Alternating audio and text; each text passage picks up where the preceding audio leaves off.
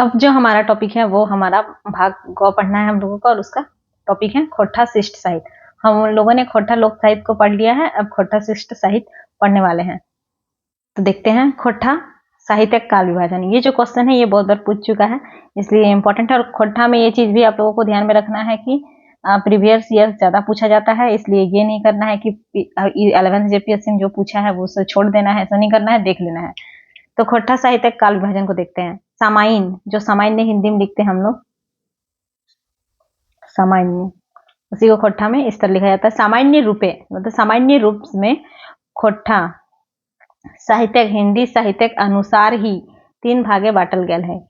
सामान्य रूप से खोट्ठा साहित्य को हिंदी साहित्य के अनुसार ही 3 भागों में बांटा गया है। आदिकाल, मध्यकाल और इसको आर लिखते हैं आधुनिक काल। मगर एकर समय सीमा नामे विचार फर्क है। लेकिन क्या है कि इसका जो समय सीमा का नाम है उसमें सभी का विचार अलग अलग है। तो क्या हो गया कि सामान्य रूप से खोट्ठा साहित्य के भांति ही, मतलब खोट्ठा साहित्य को हिंदी साहित्य के भांति ही 3 भागों में बांटा गया है, आदिकाल, मध्यकाल और आधुनिक काल। लेकिन इसका जो है समय सीमा में अलग अलग विचारधारा है। तो देखते हैं कि ए.के. झाजी के अनुसार ए.के. झाजी के अनुसार क्या है। तो उन्होंने आदिकाल, मध्यकाल, आधुनिक काल 3 काल में ही बांटा है। और उनके अनुसार जो आदिकाल है वो 1920 ईस्वी से पहले पहर है। आदिकाल जो है वो 1920 ईस्वी से पहले का पहर को उन्होंने आदिकाल नाम दिया।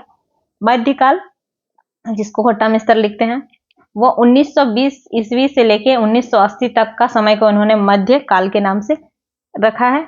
फिर आधुनिक काल को इन्होंने 1980 से ईस्वी से लेके एखन तक, मतलब एखन मतलब अभी तक का जो समय है वो ए.के. झाजी के अनुसार क्या है, आधुनिक काल है। तो आप लोगों को ये जरूर याद रखना है, आदिकाल कब से कब है और मध्यकाल कब से कब है और किन के अनुसार, ये भी याद रखना है। फिर है गिरिधारी गोस्वामी आकाश खूंटी जी के अनुसार। गिरिधारी गोस्वामी आकाश खूंटी जी के अनुसार क्या है, तो आदिकाल को उन्होंने 1947 से आगू तक, मतलब यहाँ लिखा है ना आगू तक, इसका मतलब हो गया 1947 से पहले तक। 1947 से पहले का जो समय है वो क्या हो गया, आदिकाल हो गया। मध्यकाल 1947 से 1980 तक का समय, 1947 से 1980 तक का जो समय हो गया वो मध्यकाल के रूप में इन्होंने बांटा है। फिर आधुनिक काल को इन्होंने 1980 से एखन तक, एखन मतलब अभी तक। तो आधुनिक काल 1980 से एखन तक है। किनके अनुसार, तो गिरिधारी गोस्वामी आकाश खूंटी जी के अनुसार और ए.के. झाजी दोनों के अनुसार वही है।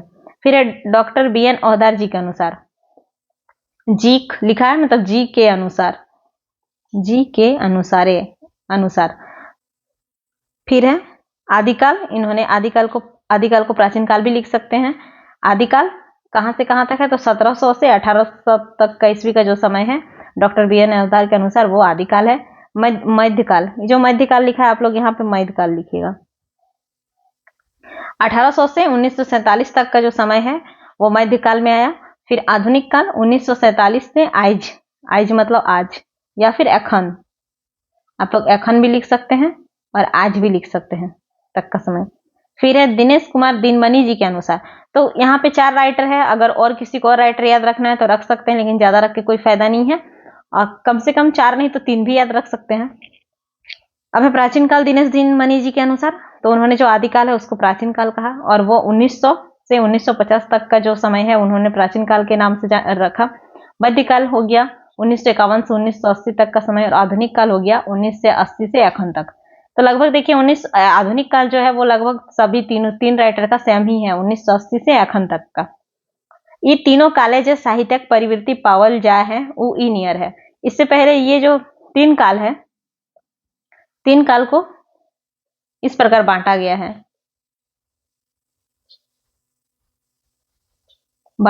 थोड़ा वर्ड बढ़ेगा, लिख सकते हैं। पुराना परिया पहले लिख लीजिएगा पहला नंबर में, दूसरा नंबर में हो गया मध्यकाल, और तीसरा नंबर में जो है वो आपका पहर। इसको लिखने के बाद आप लोग उसके बाद लिखिएगा कि ये तीनों काले जो साहित्यिक परिवृत्ति पावल जा है, मतलब इन तीनों काल में साहित्य का जो प्रवृत्ति पाया जाता है वो इस प्रकार है। पूर्णा परिया में किस प्रकार का साहित्य था, पूर्णा परिया कब से कब माना गया, ये बी.एन. ओहदार जी के अनुसार लिखा गया है 1700 से 1800। तो ई पहर हिंदी साहित्य भक्ति काल और रीति काल चलहल, ये समय मतलब पूर्णा परिया जब था या फिर आदिकाल, उस समय इसका नाम जो जो है 3 नाम हम लिख दे रहे हैं। ये जो पूर्णा परिया है इसको हम लोग सुरुक परिया, सुरुक परिया बोलते हैं। मनक, ये क्या हो गया? मनक मन मतलब आदिकाल, ये आदिकाल हो गया। इसको आप लोग लिख लीजिएगा थोड़ा सा ऐड करके अपने से, इसमें छूट गया है। फिर जो मध्यकाल है इसको हम लोग क्या बोलते हैं? मांझक, मांझक परिया, परिया माने काल या समय, मतलब इसको क्या बोलते हैं? मध्यकाल, मध्यकाल, मध्यकाल।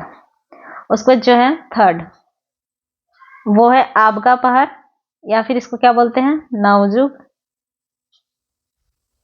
या फिर पुनर्जागरण काल, और भी बोलते हैं विकास काल। इतना नाम से जाना जाता है।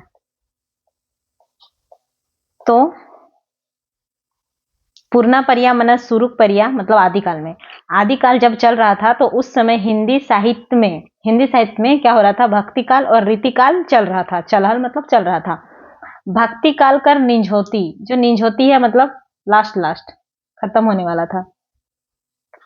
भक्ति काल जो था उसका ये लास्ट था, और रीतिकाल का शुरुआती रहे, अवती रहे, मतलब ये जो रीतिकाल है वो उसका स्टार्टिंग था। भक्ति काल खत्म होने वाला था और रीतिकाल स्टार्ट हो रहा था। भक्ति काल एक भक्ति भावना और रीतिकाल एक श्रृंगारिक रचना अवधि या ब्रज में हैवहल। और उस समय जो साहित्य का रचना हुआ था, भक्ति काल का भक्ति भावना का जो हो गया, और रीतिकाल का जो श्रृंगारिक रचना है वो किस भाषा में किया गया था? तो अवधि या फिर ब्रज भाषा में किया गया था। फिर है मध्यकाल, जो कि 1800 से 1920 ईस्वी तक का है। ई पहर कृष्ण भक्ति पर काव्य और श्रृंगारिक रचना पावल जा है। उस समय क्या था? कृष्ण भक्ति पर काव्य लिखा जाता था और श्रृंगारिक रचना पाया जाता था। औजह, इसका औजह माना वजह हो गया, वजह। सामंत जमींदार घरे नचनी राखक रिवाज, परंपरा, रिवाज मतलब परंपरा रहे, वो नचनी के नचाई के रिध रंग करल जाए। इसका वजह था कि उस समय सामंत जमींदार जो होते थे उन लोग अपने घर में नचनी को रखते थे, परंपरा था उन लोगों का, और नचनी को नचा के वो लोग अपना मनोरंजन करते थे। आबका पहर या फिर नवजुग या फिर पुनर्जागरण काल, फिर या फिर विकास काल। तो ये 1920 से एखन तक का समय है। आबका पहर के 3 पहरे बांटल गया है। नवजुग, आबका पहर को नवजुग पहर में बांटा गया है, और एक पुनर्जागरण काल में बांटा गया है जिसको झाजुग बोला जाता है, और तीसरा हो गया विकास काल। नवजुग का जो समय था वो 1920 से 1980 तक का समय, और इसको पानुरी युग कहा गया। झाजुग जो कि 1980 से 2000 तक का समय था, और विकास काल 2000 ईस्वी के बाद के राखल गया है। आबका पहर को 3 भागों में बांटा गया है, नवजुग, पुनर्जागरण और विकास काल।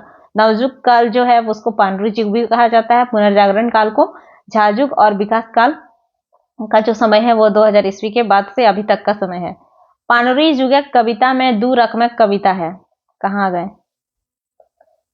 ठीक है, पानुरी युगक कविता में 2 रकमक कविता है। पानुरी युग मतलब नवजुग, उस समय में 2 टाइप का कविता है। शुरू कविताएं छायावादी प्रवृत्ति है, और जो शुरू में कविता लिखा जाता था उसमें छायावादी प्रवृत्ति ज्यादा था। और 1975 कर बादक कविताएं जनवादी मैंने झारखंडी के दुर्दशा चित्रण है। और 1975 के बाद जब कविता लिखना चालू हो गया तो उसमें क्या था? उसमें जनवादी भाव ज्यादा था, मतलब झारखंड का दुर्दशा का चित्रण ज्यादा था। ऐसे 1970 कर बाद 1970 के बाद क्या हो गया? नाटक कहानी लिखाई गेल रहे, और 1970 के बाद नाटक कहानी लिखाने लगा। 1980 से 1990 कर मांझे, 1980 से 1900 डेट आप लोग को याद रखना होगा। मांझा खोठाए ढेर रचना लिखाई ई पहरे कविताएं देशभक्ति, माय माटी मानुस और मातृभाषा भावे भरल कविता लिखाई।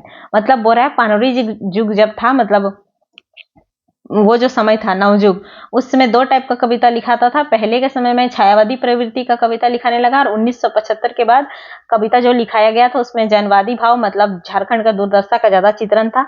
और 1970 के बाद से ही नाटक कहानी लिखाने लगा था और 1980 से 90 के बीच में खोट्टा का ढेर रचना लिखाया और इसी समय कविता में देशभक्ति के ऊपर माई माटी मानुस और मातृभाषा के भाव से भरा हुआ कविता लिखाने लगा। अब देखते हैं खोट्टा गीत का उद्भव और विकास।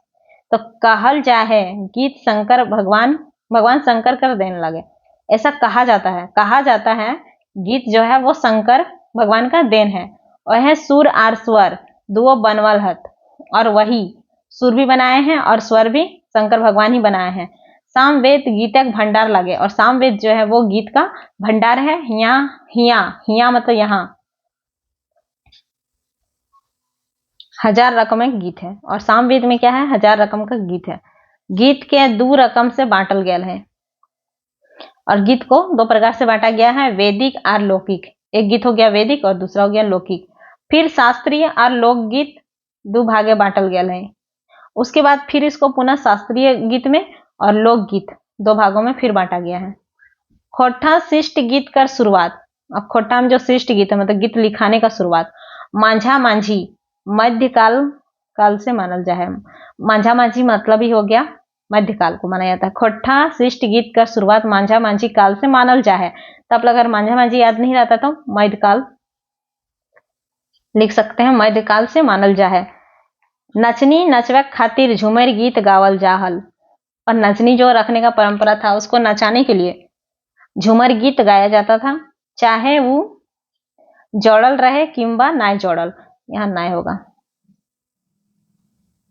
चाहे वो जोड़ा था चाहे नहीं जोड़ल था। नवा परिया का नवजुग काले। अब नया परिया का नया जुग काल में भुवनेश्वर दत्त शर्मा व्याकुल श्रीनिवास पानुरी विश्वनाथ नागर सभिन शिष्ट गीत लिखलत और गावाहलत। वही नवजुग काल जो जिसे पानुरी काल कहा जाता है। तो उस काल में भुवनेश्वर दत्त शर्मा व्याकुल श्रीनिवास पानुरी जी विश्वनाथ नागर ये सब क्या थे, शिष्ट गीत लिखते थे और गाते थे। फिर आता है झाजुग। 1920-80 से 2000 तक का समय जो है वो झाजुग है। सुकुमार झाजुग में क्या था, झाजुगे मतलब झाजुग में सुकुमार शिवनाथ प्रमाणिक बासु बिहारी पंचम महतो जनार्दन गोस्वामी कुछ नाम याद रख लीजिएगा। ये सभा के नाम गीतकार रूपे हैं और झाजुग में सुकुमार शिवनाथ प्रमाणिक बासु पंचम महतो जनार्दन गोस्वामी ये सब का नाम गीतकार के रूप में है। अकर में कुछ जने तो आकाशवाणी रांची हजारीबाग और दूरदर्शन केंद्र रांची में कार्यक्रमों देहत और इनमें से इस नाम में से कुछ लोग तो कुछ झन मतलब कुछ लोग तो आकाशवाणी रांची हजारीबाग, आकाशवाणी रांची और फिर आकाशवाणी हजारीबाग और दूरदर्शन केंद्र रांची में कार्यक्रम भी ये लोग करते थे। फिर है पानुरी युग के गीतें छायावादी भावक गीत है। पानुरी युग का जो गीत है उसमें छायावादी भाव का गीत है और कविता भी हम लोगों ने देखे थे कि पहले वो छायावादी कविता लिखते थे। माने छायावादी मतलब हो गया प्रकृति चित्रण परक गीत गावा है। छायावादी मतलब हो गया प्रकृति चित्रण परक गीत। पानुरी जी आंखिक गीत संग्रह छायावादी प्रवृत्ति गीते है और पानुरी जी का जो आंखिक गीत है, आंखिक गीत पानुरी जी का लिखा हुआ गीत संग्रह है, उसमें किस प्रकार का है तो छायावादी प्रवृत्ति का गीत है। हाँ, बादे वो जनवादी गीतों लिखल है। तो देखिए कविता में भी वही लाइन सब पढ़े कि पहले छायावादी था और बाद में जनवादी हो गया। तो सेम इसमें गीत में भी वही है कि पहले छायावादी गीत था और बाद में क्या हो गया, जनवादी गीत। हाँ जी थी हथ झा जुगे श्रृंगारिक गीत कम झारखंड जागरण गीत बेसी पावा है और झा युग जब आया तो उस समय श्रृंगारिक गीत कम लिखाता था, झारखंड जागरण पर ज्यादा गीत लिखाने लगा। एकर में झारखंडी दूरदर्शक वर्णनों है और इसमें जो झा युग में जो गीत लिखाया जाता था उसमें झारखंड का दूरदर्शा का वर्णन भी है। और कुछ गीत संग्रह का नाम भी याद रखना होगा आप लोगों को। कुछ खोट्टा गीत संग्रह इनियर है।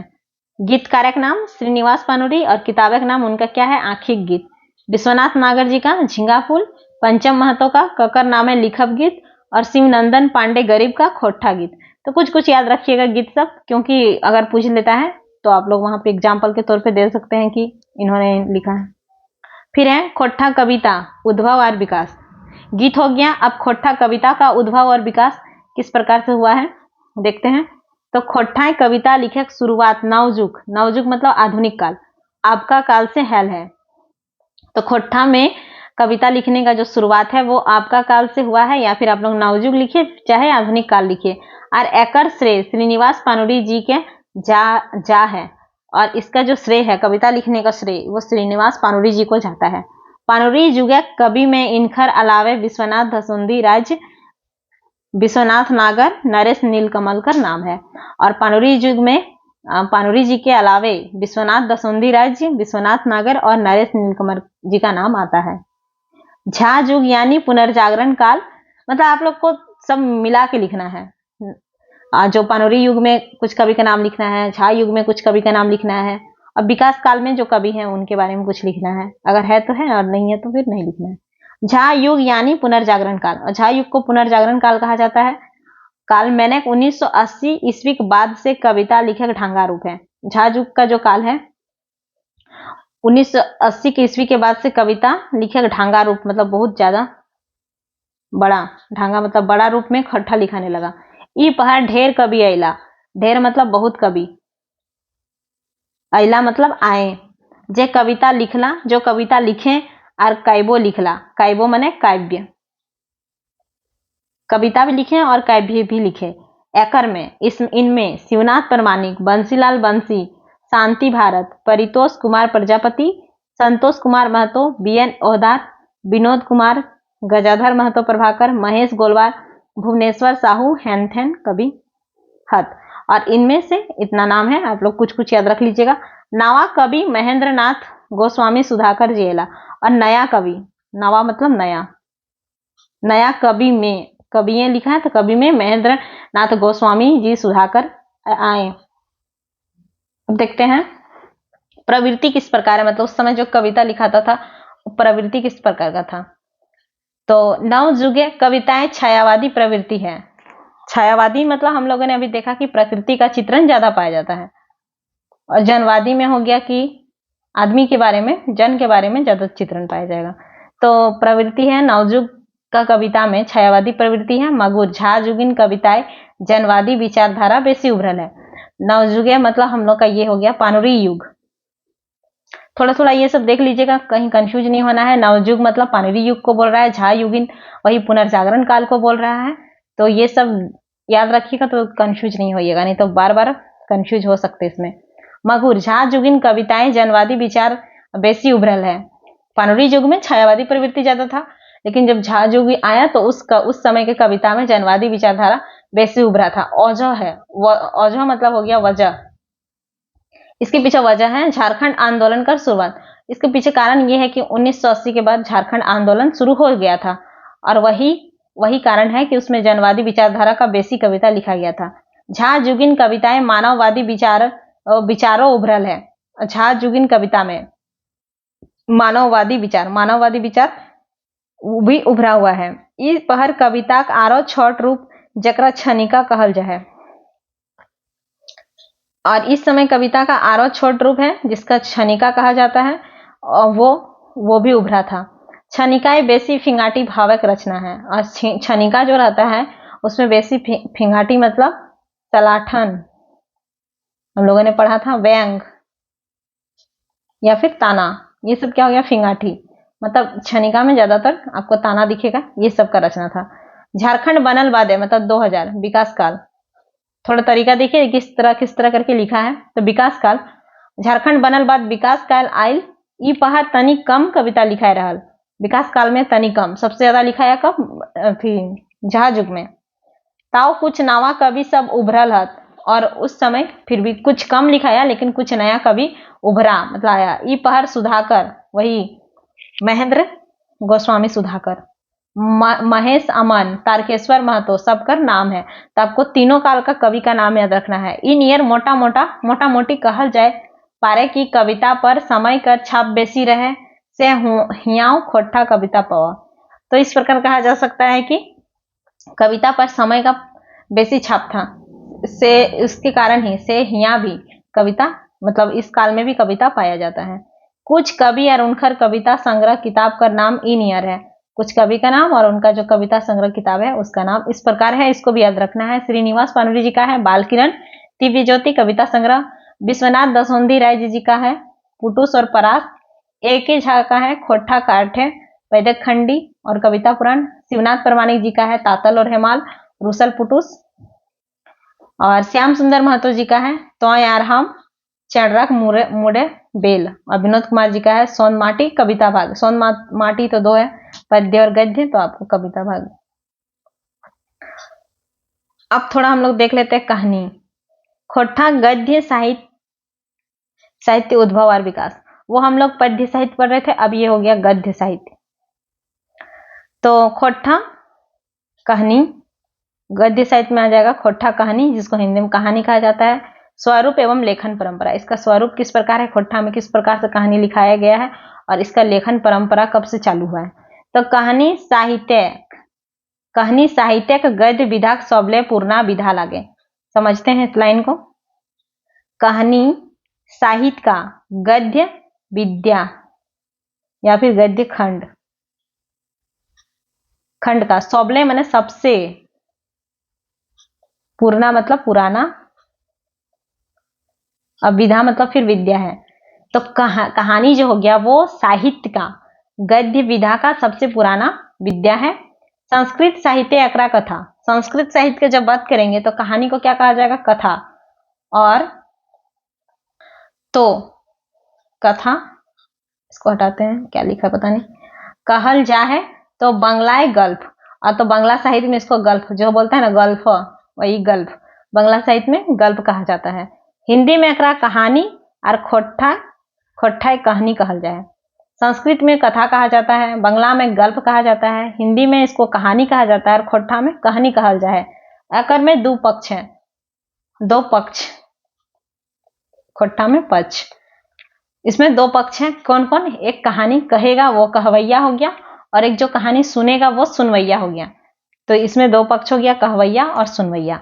मोटा मोटी कहानी की परिभाषा ई नियर देल जाए पारे। मोटा मोटी कहानी का जो परिभाषा है वो इस प्रकार दिया जा सकता है।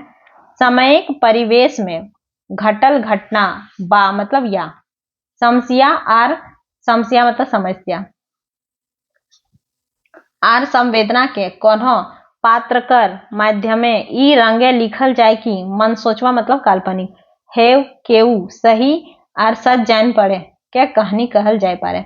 मतलब बोल रहा है मोटा मोटी कहानी का परिभाषा इस प्रकार दिया जा सकता है कि समय के परिवेश में कोई भी घटना या समस्या और संवेदना को कोनो मतलब कोई पात्रकार मतलब कोई एक्टर एक्ट्रेस के माध्यम से इस रंग से लिखा जाता है, इस प्रकार से लिखा जाता है कि मन सोचवा मतलब मन गढ़ंत है, काल्पनिक है, लेकिन फिर भी लगता है कि हाँ इस तरह का कुछ हुआ है, रियलिटी लगता है, सच लगता है कि सही और सच जान पड़े तो वो कहानी कहल जाए पारे। तो अगर इस तरह का लगता है, काल्पनिक होके भी अगर वो सही और सच जान पड़ता है मतलब लगता है, तो उसको कहानी कहा जा सकता है। ये रूप कहानी और उपन्यास दुओं में रह है, मगर कहानी का आकार छोट करीब 3-4 घटना हवे है, मगर उपन्यासक घटना बेसी रहे।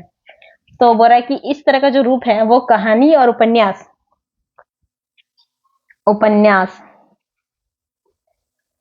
दोनों में यही रूप रहता है। लेकिन क्या होता है, अंतर क्या है, कहानी का जो आकार है वो छोटा रहता है, इसमें करीब 3 से 4 घटना का ही वर्णन रहता है, लेकिन उपन्यास में घटना ज्यादा रहता है। तो अगर आप लोग यहाँ से मतलब उपन्यास के बारे में जब पढ़ेंगे तो उपन्यास में भी इसी तरह लिखना है, तो उपन्यास के बारे में भी आप लोग यहीं से भी लिख सकते हैं। पूर्णा पर्याय माने संस्कृत साहित्य, पूर्णा पर्याय मतलब संस्कृत का साहित्य में शिष्ट कथा कहानी कर उद्देश्य रहे मनोरंजनक संगे सिखावन बात रखे। पुराना समय में संस्कृत साहित्य में शिष्ट कथा मतलब कहानी का उद्देश्य क्या था, मनोरंजन के साथ सिखावन बातों बताना, सीखने वाली बात भी बताने का उद्देश्य था। मगर आपका पहर वर्तमान समय में कहानी सुनवल लाए जाए, मुदा लिखल जाए और पढ़ल जाए। पहले कहानी सुनाया जाता था मनोरंजन के लिए और उसके साथ साथ कोई सीख भी दिया जाता था, लेकिन अभी वर्तमान समय में कहानी सुनाया नहीं जाता है, मुदा मतलब बल्कि या लेकिन, मुदा मतलब बल्कि लिखा जाता है और पढ़ाया जाता है, पढ़ाया भी जाता है और पढ़ा भी जाता है। वर्तमान समय अभी का समय में हर भाषान मनुष्य जीवन समस्या और संवेदना के कल्पना के माध्यम में जोड़ के लिखल जाए।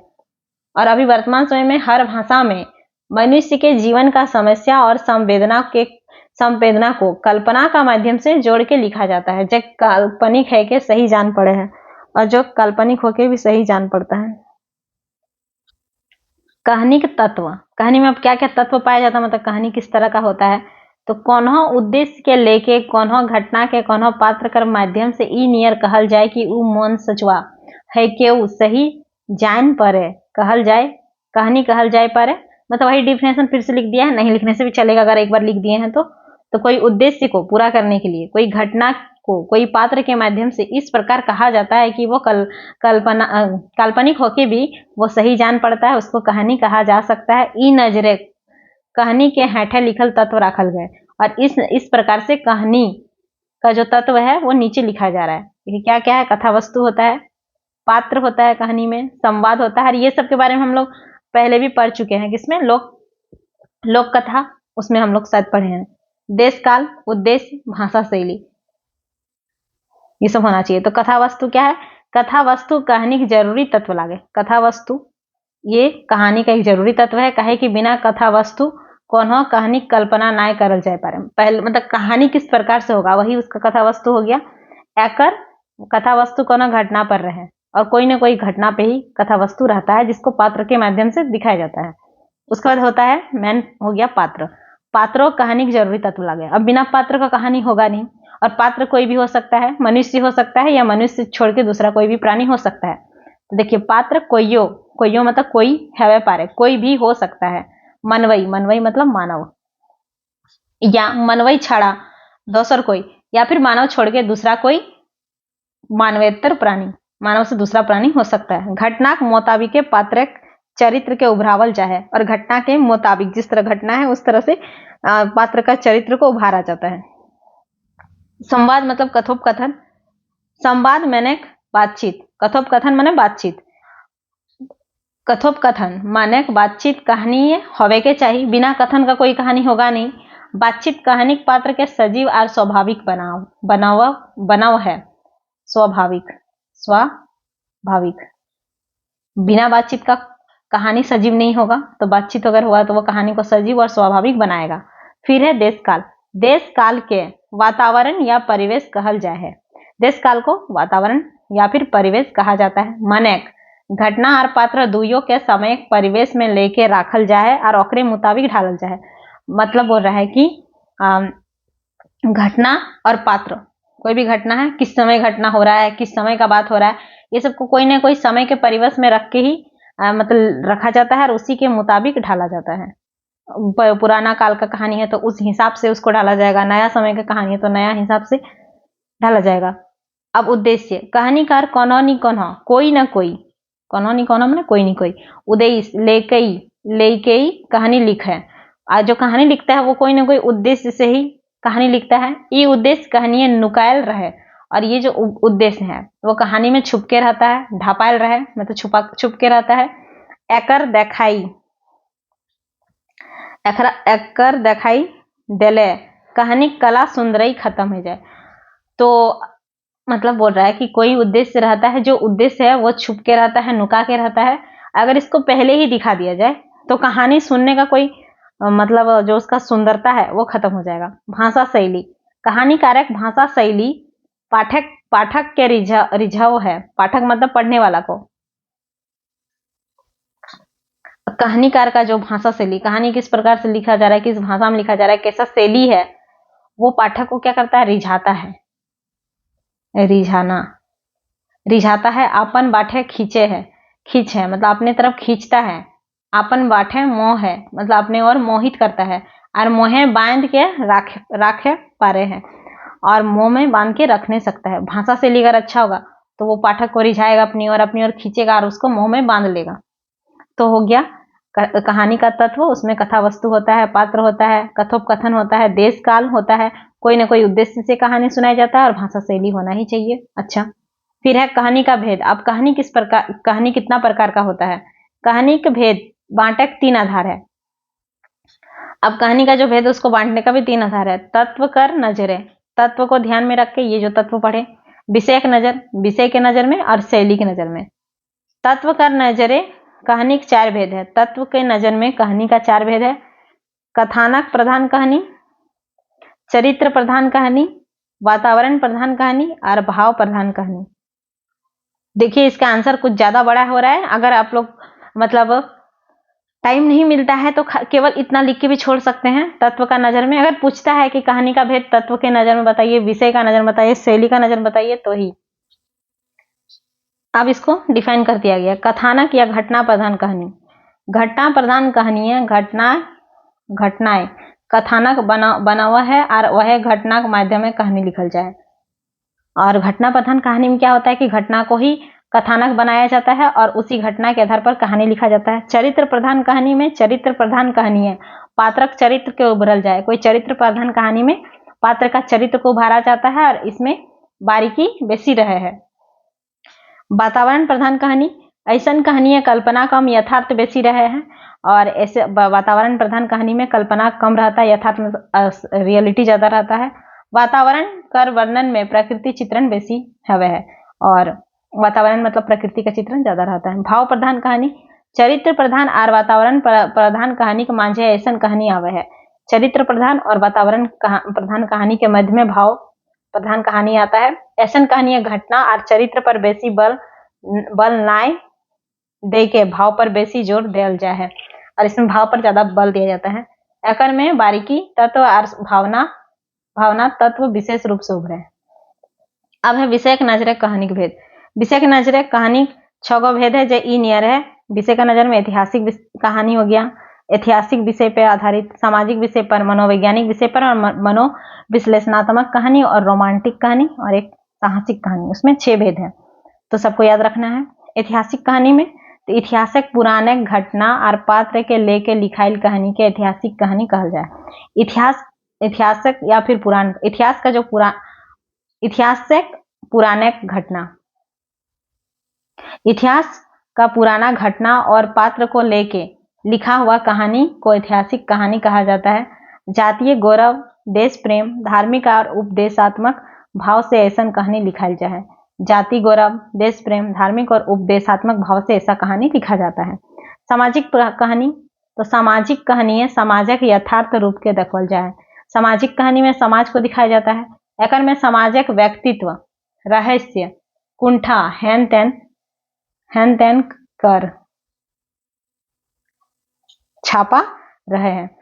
कुंठा हेन तेन का छापा रहता है। एकर में छुआछूत, समाज में जो हमारा प्रचलित है छुआछूत, अंधविश्वास, शोषण, जुल्म, इस सब का कहानी रहता है।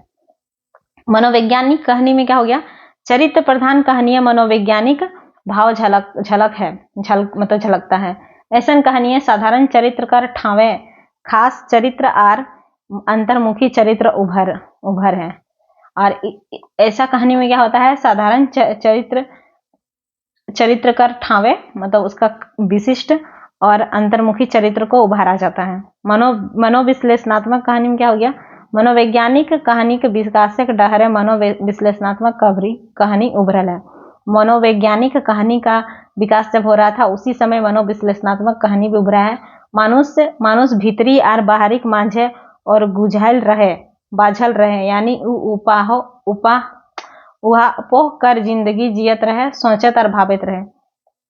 मनुष्य क्या होता है, अपना भीतर और बाहर के बीच में ही उलझा रहता है, बाझा रहता है और इसी के उहापोह में जिंदगी जीता रहता है, सोचता रहता है, भावता रहता है। मतलब भावना मतलब भी सोचना ही होता है और इसी के ऊपर कहानी लिखा जाता है।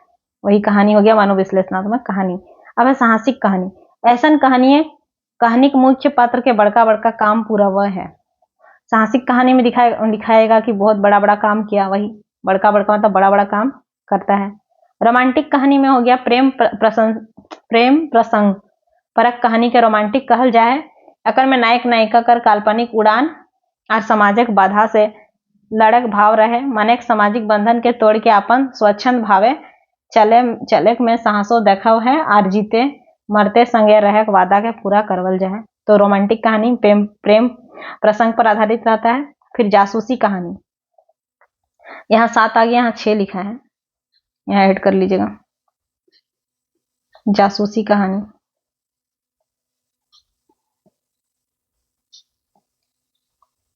6 गो भेद है। एक सेकंड।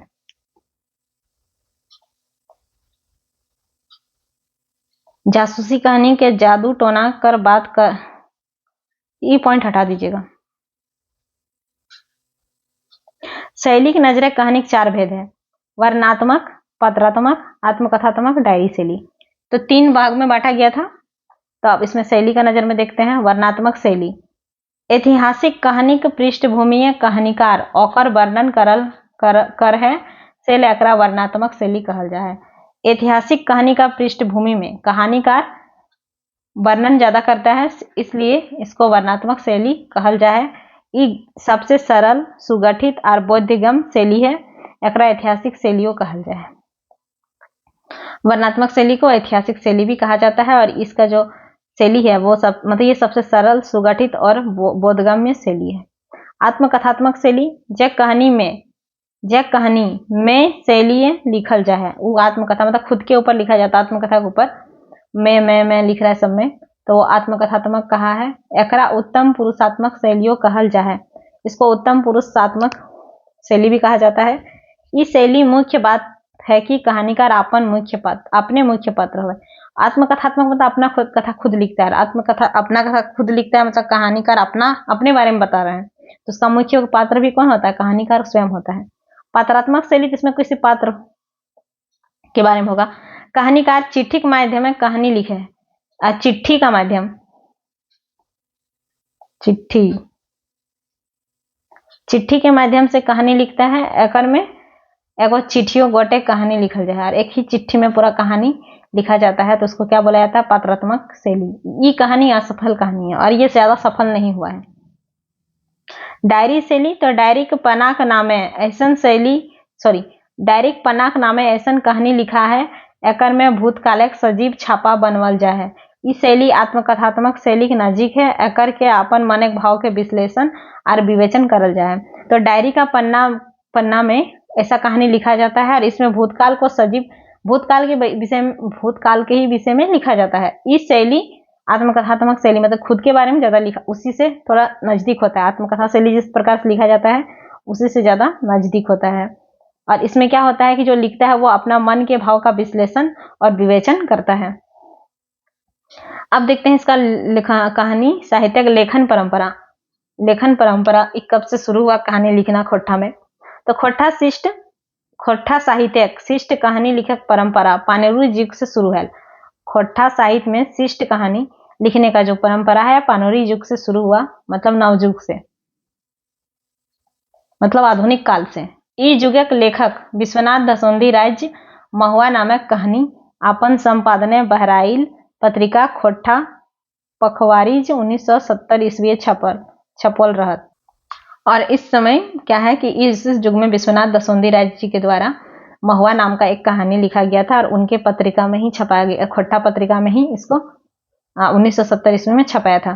तो कहानी इस तरह का क्वेश्चन रहता है कि कोई एक कहानी के बारे में लिखे, मतलब खोट्ठा कहानी से आप क्या समझते हैं? कोई एक कहानी का वर्णन करे। तो यहाँ जैसे कि महुआ आ गया, आप लोग थोड़ा देखिएगा कोई बुक में महुआ कहानी के बारे में थोड़ा पढ़ लीजिएगा, विश्वनाथ दसोंधी राज्य के बारे में, ताकि एग्जाम में जब लिखना पड़े तो आप लोग कहानी कोई लिखने बोला तो महुआ के बारे में लिख सकते हैं। तो ज्यादा बहुत कोई भी कहानी ऐसे नाम लेके नहीं पूछता है, कोई एक कहानी के विषय में लिखने बोलता है, तो आप लोग कोई भी एक कहानी याद कर लीजिएगा। ई पहाड़क रचनाकार में श्रीनिवास पानोरी और विश्वनाथ दसोंधी राज्य का नाम विशेष है। और इस समय का जो रचनाकार में श्रीनिवास पानोरी जी और विश्वनाथ दसोंधी राज्य जी का नाम विशेष है।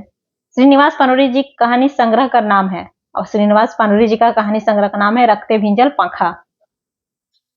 पाखा, जकर में मोटे 5 कहानी है, मन बोध, जादू, बदला, कुसमी और रखते भिंजल पाखा। तो आपको अगर ये नाम नहीं याद रखना है तो कोई जरूरत नहीं है आपको लिखने का, लिख सकते हैं। जो रखते भिंजल पाखा है वो अंतिम कहानी है। ये किताब अखन तक नहीं छपल नखे और ये किताब अभी तक नहीं छपा है। विश्वनाथ दसोंधी राज्य जी की लिखल कहानी संग्रह का नाम है माटिक पुथेल। उनका लिखा कहानी है माटिक पुथेल, जब बालीडी खोट्ठा कमेटी बाठे से 2008 में छपल है। और विश्वनाथ दसोंधी राज्य जी का कहानी संग्रह है माटिक पुथेल और ये कहाँ से छपा है? बालीडी खोट्ठा कमेटी की तरफ से 2008 में छपा है। ये कहानी किताबें 12 गो कहानी है और इसमें 12 गो कहानी है। खोटाशिष्ट कहानी लिखे जोरदार प्रयास 1980 दशक के हाल।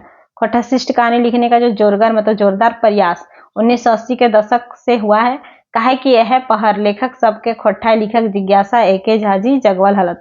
और क्यों लिखने का हुआ? क्योंकि इस समय एके झा जी जो थे वो लेखक के अंदर खोटा कहानी लिखने का जिज्ञासा जगाए थे।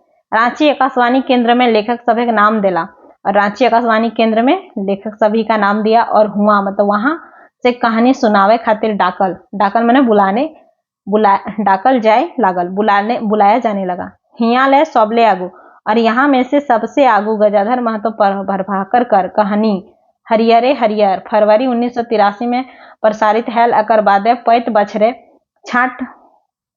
छाटे वीरे कहानी प्रसारित हवे लागल।